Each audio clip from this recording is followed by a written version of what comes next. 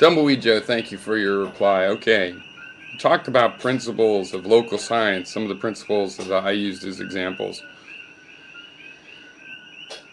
And I'm trying to characterize all the principles that way because logic is a local science. You know, at the very broadest it can be, is local to the human mind.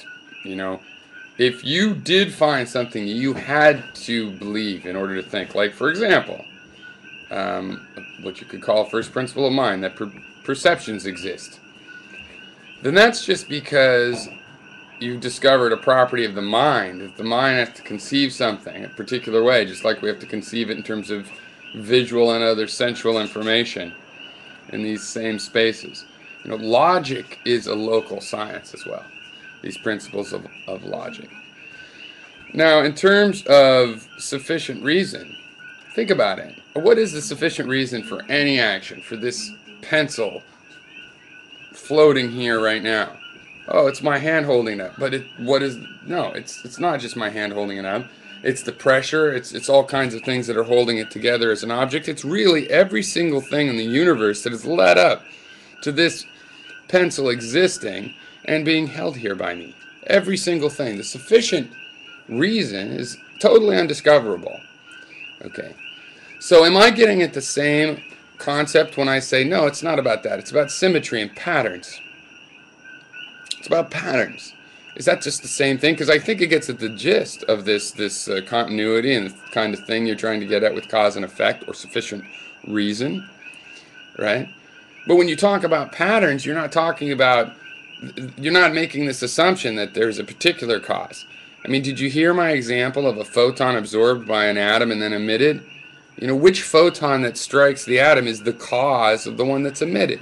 It's all of them together. That's the problem. It's the whole complete state has certain probabilities leading to another state. And that whole complete state is, in a sense, the sufficient cause, and all of its details rely on the details that all led to it. You know, because if you include its location, it's not just its energy and stuff. It's like, how did it get where it is, ready to be near the thing it's interacting with? Okay. When you talk about patterns, it's a totally different thing entirely. You know, this is, instead of ontologically and metaphysically having to talk about, well, I believe there is this, and now I'm going to ask the question about it. You know, I believe there are perceptions. And again, yeah, some people, that would be considered my metaphysical belief, but it's a bit different, I think. But when you talk about patterns, you know, you're just talking about these perceptions. I have perceptions. I'm looking for a pattern in them. You know, I'm not saying that one thing had to cause another. I'm just saying that one pattern tends to precede another pattern. You know? Okay, you can say that me picking this pencil up caused it to be in the air. And I could say that the pattern of me visualizing and picking up a pencil and all the details of acting on that result in a subsequent perception of the pencil being up in the air. You know, and it's similar with these other principles that you present. You know, the law of identity, A is A equals A. You know, a lot of these they're going to break down based on the logic you've chosen. They're only true within this logic. The law of the excluded middle is true in truth-functional logic. It's not true in all forms of logic. It's not true in probabilistic logic. It's not true in natural language. You know, and think about the A equals A version of the law of identity. It's a very interesting one. It is testable, right? You can test it. You can say, well, I'll look at A for all its properties, and I'll see if they're the same. I'll compare it to itself. You can only do that over time, and if you do that over time, you'll see that the thing changes, right? There's no way to take two impressions at one time and check. And if you could, it would still change because taking an impression of something, taking the data changes it. So, you know, where's the referent in the real world? If you want to tell me that A equals A is even true in the first place, where is the referent in the real world? Oh, it just has to be.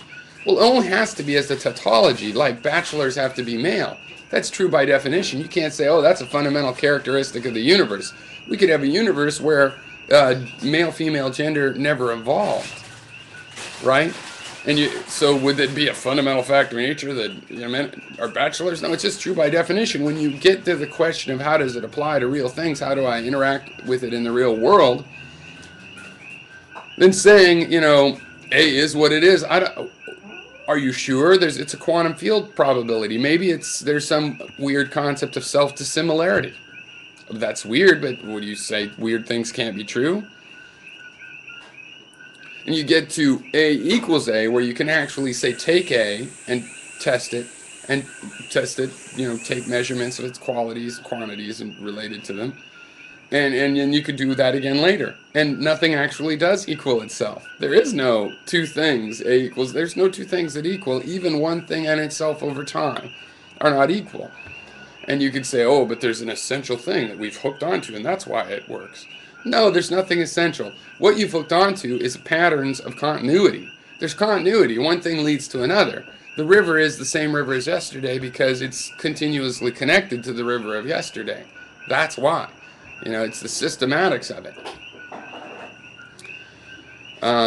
It's true of law of excluded middle. What about a love-hate relationship? Oh, but that doesn't count. That doesn't work in formal truth. There's a lot of things that don't work in formal truth functional logic. Yeah, and love is one of them. We tried for a long time to make love comprehensible enough to deal with that kind of logic, and we've had no luck so far. You can love and hate. You can be in the middle in a lot of different logical systems and ways of putting things. You say that it's universal, the law of the excluded middle, but really it's not universal. It's restricted to the domain of logic in which it applies, which, as I pointed out, is not even all logics. You can invent other modal and fuzzy and tons of other logics. The law of the excluded middle doesn't necessarily apply in all of them. In many of them, like a probabilistic logic, it doesn't even make sense, right? The middle is gradiated. So which middle are you talking about? Of course there's a middle. Okay. We try to apply this to natural language, and it's funny because the human mind won't give in, You can't be a little bit pregnant. You're either pregnant or you're not. And yet everybody says she's a little bit pregnant. She's very pregnant. Why? Because we naturally understand the gradation. Because probabilistic and gradiated logic is much more natural than truth functional logic, as useful and interesting as it has been. Certainly not a complete set. It does not cover all the kinds of logic we need to use in our everyday life by any means. And you're trying to say, well, I'm talking about the actual basis of these derivations. You're just talking about the principles of logic. When you have a basis of a derivation, yeah, it's more abstract maybe than the thing being derived, but it's still just a principle of that logical system you're doing the derivation within. If it's a mathematical derivation, it's the mathematical principles. If it's first-order logic, it's first-order logic. If it's second-order logic, it's second-order logic. If it's a probabilistic logic or modal logic, then it's those sorts of logic, and those are the principles that you're talking about, and those are the principles that will be judged. And this is why we use the logics that we do, because we have alternates that we've judged. How do we judge them? We've judged them based on when we apply them, how well do they work? Do they answer questions we have in real life, either abstract questions or just material, day-to-day questions, whichever, depending. But it's got to be one or the other or something in between. Okay. You can test all of these principles. Okay. And if you can't, then they're meaningless. Now, it does mean I have something like a metaphysics. But the only real metaphysics, it can't be any of these principles we've thought up because we're, creatures with human minds. It's going to be more my first principles, that we have perception, that perception exists. I might be causing them and receiving them, whatever. I'm defined in terms of having a relationship with them, whatever, but perceptions exist. I believe in that because I can't deny it, but I also believe that it's not a fundamental principle that's true that perceptions exist for everything they have to. No, I believe they exist because of my genetic makeup constructed something that perceives. Okay, so it's a lot more arbitrary, and posited. We're positing, we're projecting these interpretations in order to get somewhere, rather than, digging them up and now we have this truth that must be from nature. Nature probably isn't even three-dimensional. That's just our mind not being able to perceive all of dimensions. If you found a universal truth for human minds, it still wouldn't be universal in general. It still wouldn't be a metaphysical truth separate from human minds. It would be in the human minds. It would be a characteristic of human minds. All right, cheers.